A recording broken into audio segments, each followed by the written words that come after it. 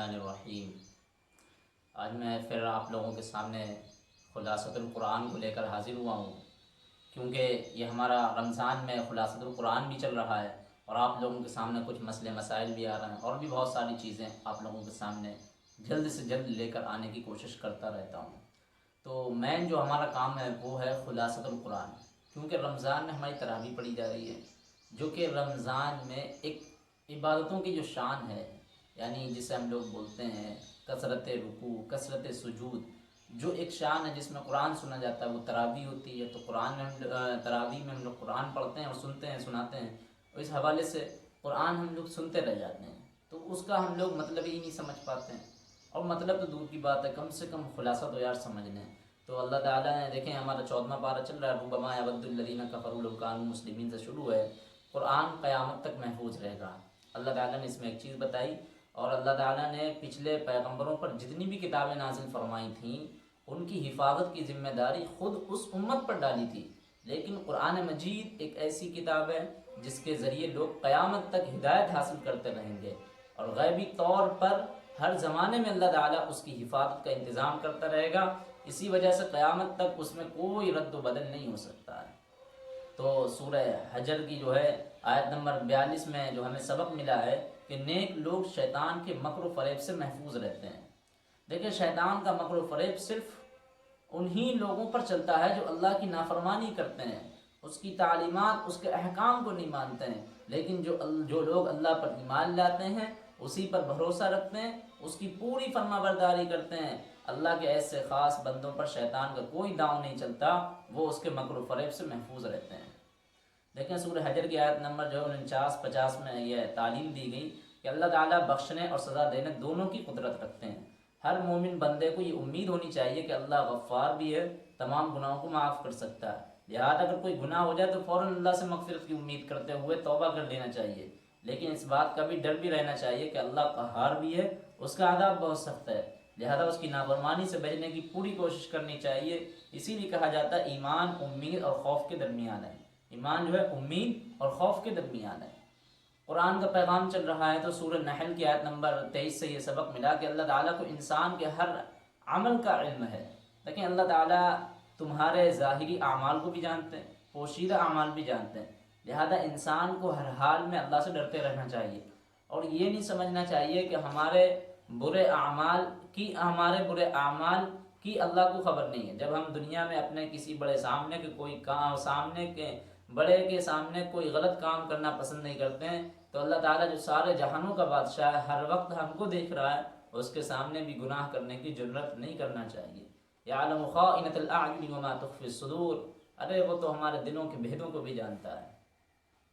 سورہ نحل کی آیت نمبر 25 میں یہ پیغام دیا گیا کہ برائی کی دعوت دینے والے کو بھی وہ تمام گناہ ملیں گے جو اس کے کہنے پر کیے گئے تھے۔ جو شخص لوگوں کو اللہ کی نافرمانی اور گناہوں کی طرف بلائے، ان کو برا کام کرنے کی ترغیب دے، اور لوگ اس کی بات مان کر گناہوں میں مبتلا ہو جائیں، تو برائی میں مبتلا ہونے والے لوگوں کو گناہ تو ملے گا، ساتھ ہی ان سب کے گناہوں کے برابر اس آدمی کو بھی گناہ ملے گا جس نے برائی کی دعوت دی ہے۔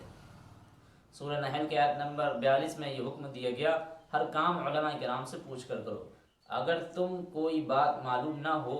تو جاننے والوں سے پوچھ لو، لہذا کسی بھی کام میں علماء سے پوچھے بغیر صرف اپنی سمجھ کے مطابق عمل نہیں کرنا چاہیے، بلکہ علماء سے پوچھ کر اس کے مطابق عمل کریں۔ تو خلاصۃ القرآن چل رہا ہے، پارہ نمبر 54 ہے۔ دیکھیں سورہ نحل کی آیت نمبر 58 اور 59 میں یہ بات معلوم ہوئی کہ تم بیٹیوں کو منحوس مت سمجھو۔ زمانہ جاہلیت میں اگر کسی کافر و مشرک کے گھر لڑکی پیدا ہوتی تو اس کا سر شرم سے جھک جاتا، اس کا چہرہ سیاہ اور بے رونق ہو جاتا تھا، وہ دل ہی دل میں گھٹتا رہتا تھا، پھر وہ ذلت سے بچنے کے لیے اس کو زندہ دفن کر دیتا تھا۔ اسلام نے اس بری رسم کا خاتمہ کیا، بیٹی کی پیدائش کو رحمت اور برکت کا سبب بنایا، اور بیٹی کی اچھی تربیت اور پرورش کرنے والے ماں باپ کو جنت کی خوشخبری سنائی۔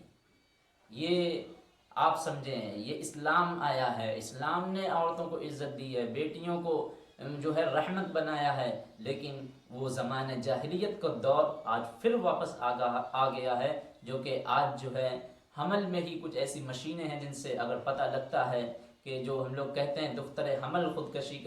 حمل کشی جو ہو رہی ہے، وہ آج صرف یہی وجہ ہے کہ ہم جو ہے بیٹیوں کو عزت نہیں دے رہے ہیں، اور جو ہے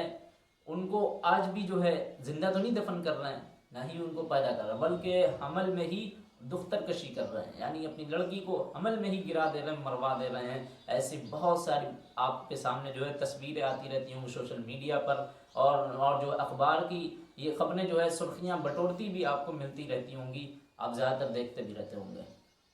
یاد رکھ لینا، بیٹے کی اچھی تربیت اگر پرورش ہم نے کر لی ہے تو پھر اسی ماں باپ کو جنت کی بھی خوشخبری سنائی گئی ہے۔ سورہ نحل کی آیت نمبر 61 میں یہ بتایا گیا کہ اللہ گنہگار کو ایک وقت تک مہلت دیتے ہیں۔ اللہ تعالیٰ اپنے نافرمان بندوں کو فوراً سزا نہیں دیتے ہیں، بلکہ ان کو سنبھلنے کا موقع دیتے ہیں۔ لہذا فوراً سزا نہ ملنے سے یہ نہیں سمجھ لینا چاہیے کہ اللہ تعالیٰ کو ہمارے برے اعمال کی خبر نہیں، یا نعوذ باللہ اللہ تعالیٰ عذاب دینے پر قادر نہیں، بلکہ اللہ تعالیٰ نے اس کا ایک وقت مقرر کر رکھا ہے۔ جب مقررہ وقت آ پہنچے گا تو کسی کو مہلت نہیں ملے گی۔ سورہ نحل کی آیت نمبر 78 میں یہ حکم دیا گیا کہ تم اللہ تعالیٰ کے احسانات کا شکر ادا کرو۔ دیکھو انسان کی فطرت یہ ہے کہ وہ اپنے اوپر احسان کرنے والے کے سامنے جھکتا ہے، اس کی بات مانتا ہے۔ انسان کی اسی فطرت کے پیش نظر اللہ تعالیٰ نے بھی اس کو انعامات یاد دلا کر اپنی اطاعت کی طرف مائل کیا۔ چنانچہ فرمایا اللہ تعالیٰ نے تم کو ماں کے پیٹ سے اس حال میں نکالا تم کچھ بھی نہیں جانتے تھے، پھر اللہ تعالیٰ نے تم کو سننے کی، دیکھنے کی، سوچنے کی، سمجھنے کی صلاحیت عطا کی تاکہ تم اس کی شکر گزاری کرو۔ اس کی شکر گزاری یہ ہے کہ اس کی ہر بات کو مانا جائے۔ جب انسان ایک چھوٹا سا احسان کرنے والے کی بات کو مانتا ہے تو قدم قدم پر انعامات کی بارش کرنے والے خالق و مالک کی اطاعت تو ہر حال میں کرنا چاہیے۔ سورہ نحل کی آیت نمبر 90 میں یہ بتایا گیا تم اچھے کام کرو، برے کاموں سے روکو۔ دیکھو اللہ تعالیٰ نے ہر ایک کے ساتھ عدل و انصاف کرنے اور ہر ایک کے ساتھ احسان و بھلائی کرنے کا حکم دیا ہے۔ اسی طرح رشتہ داروں پر مال خرچ کرنے اور ان کی مدد کرنے کا حکم دیا ہے۔ نیز اللہ نے ہر اس کام سے منع فرمایا جو شریعت میں ناجائز ہے، خاص طور پر وہ بات یا جو کام جس میں بے شرمی بے حیائی کی باتوں ہوں۔ اسی طرح کسی کے ساتھ ظلم و زیادتی کرنے سے بھی منع فرمایا۔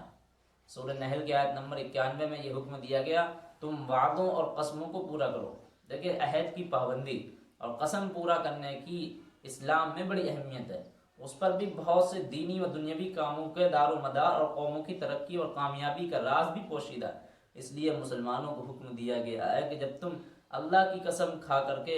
اس کو اپنے معاملے میں گواہ بنا چکے ہو یا کسی قوم سے معاہدہ کر چکے ہو تو اس کا پورا کرنا ضروری ہے۔ اس کے بعد اگر تم نے خیانت اور بدعہدی کی تو اللہ اس جرم پر سزا دینے کی پوری قدرت رکھتا ہے۔ لہذا وعدوں اور قسموں کو پورا کر کے اللہ کی پکڑ سے ہم لوگوں کو بچنا چاہیے۔ آج بڑا ہم لوگوں میں یہ پایا جاتا ہے کہ ہم جو ہے ادھر وعدہ کرتے ہیں ادھر اس کی وعدہ خلاف ورزی کر دیتے ہیں۔ سورہ نحل کی آیت نمبر 98 میں یہ سکھایا گیا کہ قرآن مجید کی تلاوت سے پہلے اعوذ باللہ من الشیطان الرجیم پڑھ لو۔ دیکھیں قرآن کریم کی تلاوت بڑی عبادت ہے، نیکیوں کا سرچشمہ، اللہ سے ہم کلامی کا ذریعہ۔ شیطان اس سعادت سے بندے کو محروم کرنے، تلاوت سے روکنے کے لیے دل میں وسوسے ڈالنے کی کوشش کرتا ہے۔ اس لیے اللہ تعالیٰ نے اس کے مکر و فریب سے بچنے کے لیے تلاوت کے شروع میں اعوذ باللہ من الشیطان الرجیم پڑھ لیا کرو، جس کا مطلب ہوتا ہے میں پناہ چاہتا ہوں شیطان مردود سے۔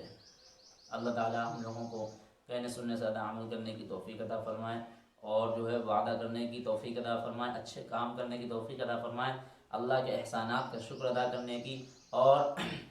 بیٹیوں کو رحمت سمجھنے کی ہم لوگوں کو توفیق عطا فرمائے، آمین۔